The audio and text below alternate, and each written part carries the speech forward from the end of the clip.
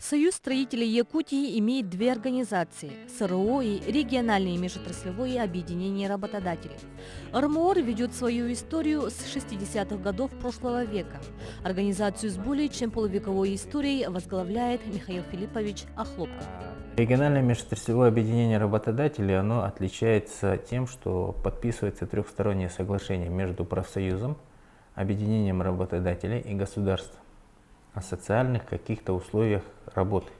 То есть там оговаривается минимальный размер оплаты труда, подписываются все условия, на которых должен работодатель обеспечивать работника, но и в то же время в этом вопросе есть вопросы, связанные с государственным регулированием, также и самого работника. Непосредственно лицом, которое представляет работника, является профсоюз работников.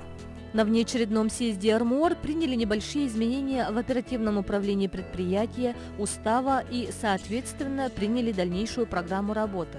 Она состоит из 3 частей.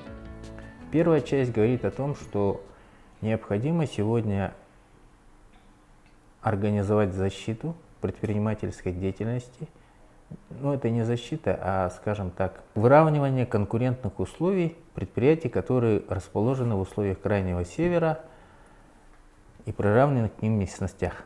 Вторая часть – это программа работы нашего объединения работодателей. Это в части обеспечения равноправных условий договоров.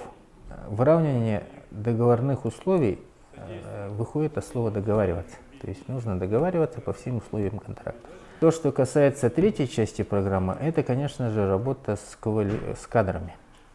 То есть на сегодня в строительной отрасли, к сожалению, строительные кадры во всех уровнях, то есть это инженерный состав и рабочий состав, они претерпевают большие напряжения. У нас очень большой дефицит в этом сегменте, поэтому необходимо создавать какую-то систему обучения, систему квалификации и систему мотивации, чтобы у нас работники всех вот этих слоев были заинтересованы работать в строительстве.